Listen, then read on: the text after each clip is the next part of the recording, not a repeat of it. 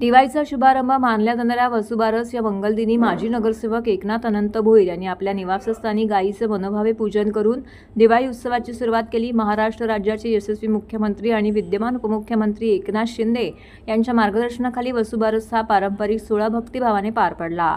हिंदू धर्मातील वसुबारस हा दिवस गायीच्या पूजनासाठी विशेष मानला जातो। गायीला माता म्हणून वंदन करून समृद्धी, शांतता आणि सौभाग्याचे आशीर्वाद घेतले जातात।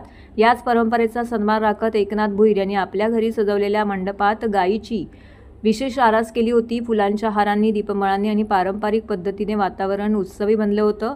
या प्रसंगी माजी नगरसेविका एकता भोईर, युवा सेनेचे ठाणे लोकसभा उपाध्यक्ष यज्ञेश भोईर तसेच संपूर्ण भोईर कुटुंबीय, स्थानिक नागरिक, महिला मंडळ सदस्य, भक्तगण मोठ्या संख्येने उपस्थित होते। सर्वांनी गायीच्या चरणी नम्रतेने वंदन करून दिवाळीच्या शुभेच्छा दिल्या। भोईर कुटुंबियांच्या पुढाकाराने गेल्या वर्षापासून वसुबारस हा उपक्रम सातत्याने आयोजित केला जातो। या उपक्रमातून गोसंवर्धनाचे महत्त्व, संस्कृतीची परंपरा आणि धार्मिक ऐक्याचा संदेश दिला जातो।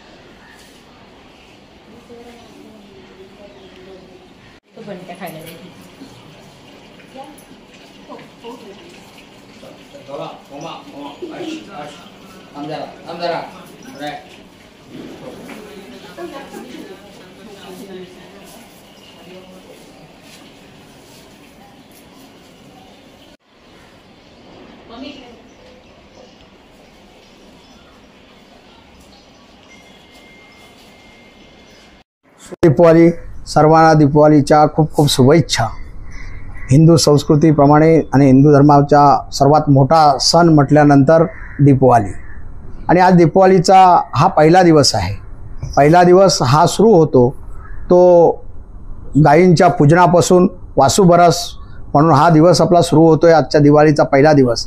आणि तो आज या ठिकाणी गोमातेचं पूजन, हिंदू संस्कृतीमध्ये गोमातेला एक 33 कोटी देवांचं स्थान असलेलं दैवत हे मानलं जातं।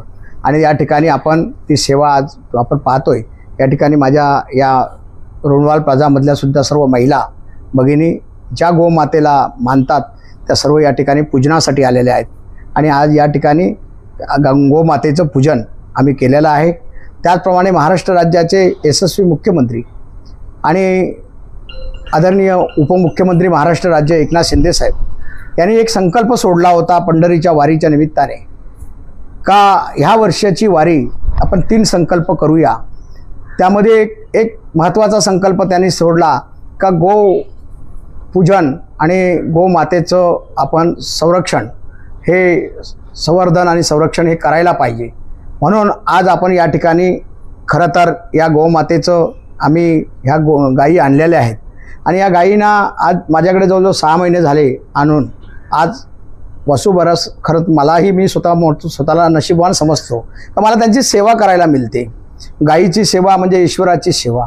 33 कोटी देव तिच्या हृदयामध्ये सामावलेले आहेत आणि ती सेवा करणं हे सर्व प्रत्येकाच्या नशिबाला ते नसतं।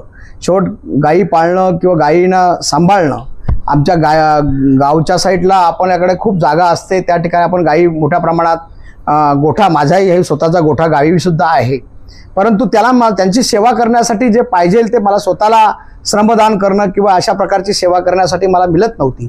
परंतु या ठिकाणी त्या परमेश्वराच्या कृपेने या ठिकाणी मला ती सेवा करायला मिळाली, ते मी स्वतःला खरं तर भाग्यवान समजतो। आणि आज ही गोसेवा आपण या ठिकाणी केलेली आहे। आज गोपूजन झालेलं आहे आणि आज या ठिकाणी ही गायी राहतात, तर एक समाधान वेगळं मिळतं। एक मानव जीवनामध्ये जे समाधान आवश्यक असतं ते समाधान आपल्याला मिळतं, ते आत्मीय समाधान असतं आणि ते समाधान आज आम्हाला मिळालेलं आहे। सर्व कुटुंब माझं त्यामुळे खुश असतं।